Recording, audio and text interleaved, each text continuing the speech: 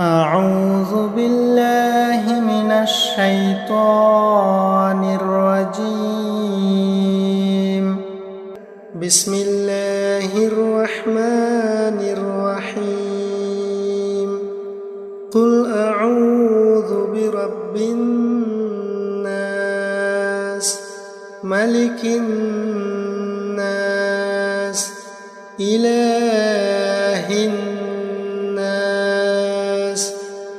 من شر الوسواس الخناس الذي يوسوس في صدور الناس من الجنة والناس.